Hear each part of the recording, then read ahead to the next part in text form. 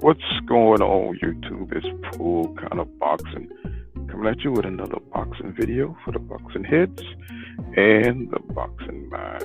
I'm going to take time out today. If you have time, smash that like button and subscribe to my channel if you have time. I'm going to take time to talk about Terence Crawford here again today. He did an Instagram post where he says, "They don't like me, but they love to watch me. While they hating, I'm working." So, it don't matter what you say about, Terence Crawford, because he's a great fighter in the ring and everything. Can't take that away from him. Great fighter. But his personality, and his victimhood, he's always the victim in something, just like some kind of childish complex he has. And that gets on your nerves. That gets on your nerves, man. When somebody's always playing the victim, Virgil Ortiz always using his name, whether it's, Errol Spence Jr., if he had the opportunities Errol Spence Jr. had, he would be just as a bigger star. Or if he ain't hating in the background, saying that Mikey Garcia, the people who supported Errol Spence Jr. in his, when he fought Mikey Garcia, saying that reason for the high number of pay-per-view numbers was so high was because of Mikey Garcia, right? So, you want fighters to get in and fight and stop being petty, bruh. That's the difference between Terence Crawford and Errol Spence Jr., right? One is professional and one is always playing a victim, like, the system is against him, like, he's saying like the system is against him or the people are against him. They're saying that, he hasn't fought anybody, all right? So his fans tend to, they tend to ignore all reality, right? They don't want to argue the facts because the facts are the facts, right? The man has not fought a high caliber, top special fighter, right? We've seen Floyd Mayweather do it. We've seen Pernell Whitaker do it. We've seen Oscar De La Hoya do it. We've seen Errol Spence Jr. do it. So, but for him, it's about hate. And so this is where I have a problem with Terence Crawford, right? Because instead of just going by the criteria that we judge all other boxers, he tries to play like it's some kind of victim crap, like everybody's against him. Well, it ain't nobody against him. People just want to see him. They just want to see him in the ring with other special talented fighters. He want to see Terence Crawford against the best in the ring, and then instead of just admitting that, and instead of just doing what you're supposed to do, you rather make all these excuses like you're a victim, right? Everybody wants to see Terence Crawford fight. Nobody wants to see Terence Crawford lose in the ring. But there's this perception that everybody's against Bud Crawford. And what makes me really dislike him is this narrative, that, he's a victim. Like everybody, trashes Bud Crawford. And that's just not the case. You can make an argument, right, that every time there's like a Aegis Kavalauskas, every time there's a Amir Khan, every time there's somebody who's not a top welterweight, the fights get made. They get made easily, right? No matter how much.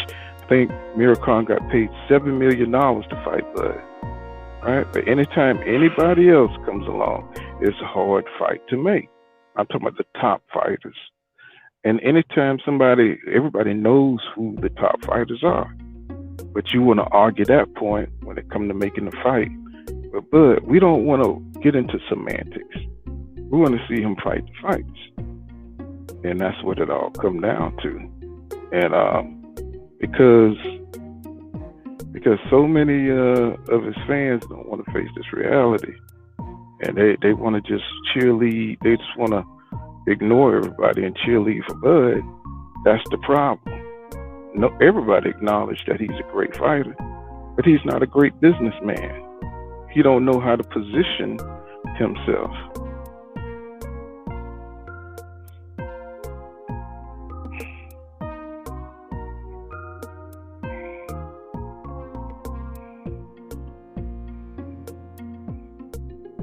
He don't know how to position himself to get the fights. And he's not trying to position himself to get the fights. And that's what his fans don't want to face. They don't want to face that fact. That he's not trying to position himself. He's just going with the flow. He's just going along with the flow. And these fights and his prime is passing by him. And so there's no sense of urgency on the side of Terence Crawford to position himself to fight the Danny Garcias, the Keith Thurmans. They're not a priority for him. And this is where the frustration comes in, because he moves, at his own pace. He try to act like those fighters don't want to fight him, and his fans make excuses for why that is. And it's annoying, bro. It's annoying, to see people cheerlead for you despite the truth. And, you just get tired of it, bro. There's no reason why he shouldn't have already fought these fights. Besides he keep re-signing with Top Rank. And, I don't know, with all the facts on the table, they still try to cheerlead for this guy. They still try to make excuses for this guy, even though we know what all the facts are.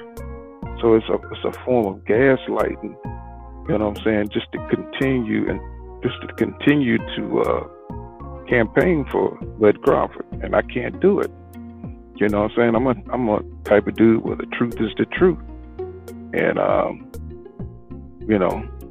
no matter who you're rooting for, if you're not dealing with the truth, then guess what? That's just what it is, bro. You're not dealing with reality, and I can't back Bud Crawford. I can't do it. And so he comes out with this saying that they say they don't like me, which I don't know what that has to do with it. That's another thing. They don't like me. Who? Why do you care if they like you or not? It's all about boxing. That's where his fans try to come from, that angle, where you just don't like Bud Crawford. Bro, that is irrelevant. That is highly irrelevant.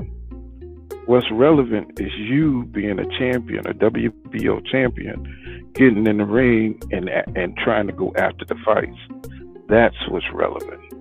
And that's what made boxing fans frustrated with Bud Crawford. And then,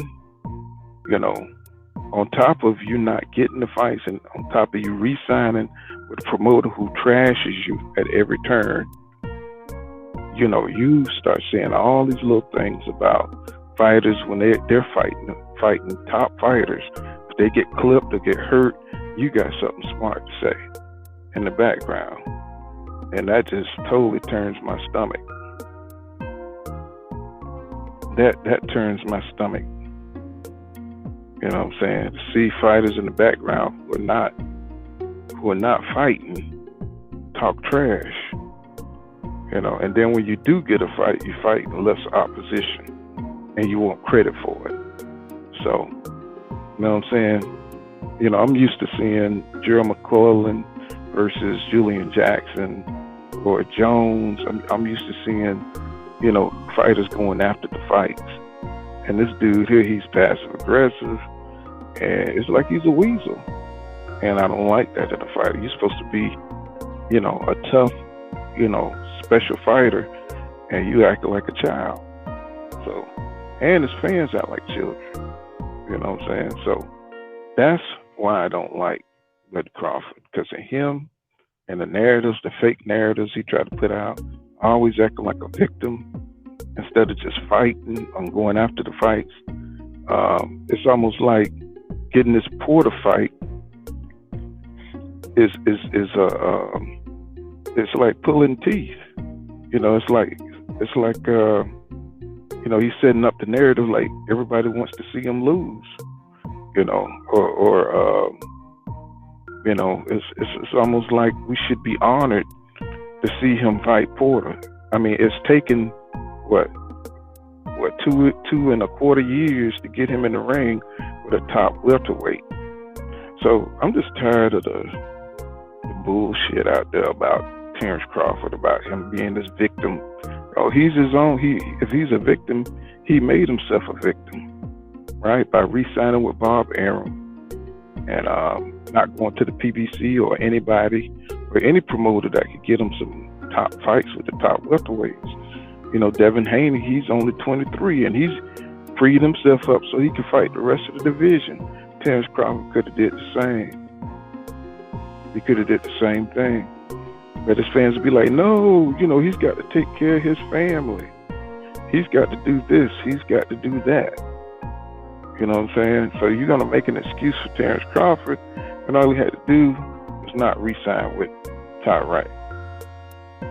So that has nothing to do with disliking Bud Crawford. That has everything to do with him controlling his own career and taking the path of least resistance, really. And that's the problem with him. You know what I'm saying? So, all this stuff that comes out of his camp, stuff he posts on Instagram, why they hating I'm working. Well, I can't tell.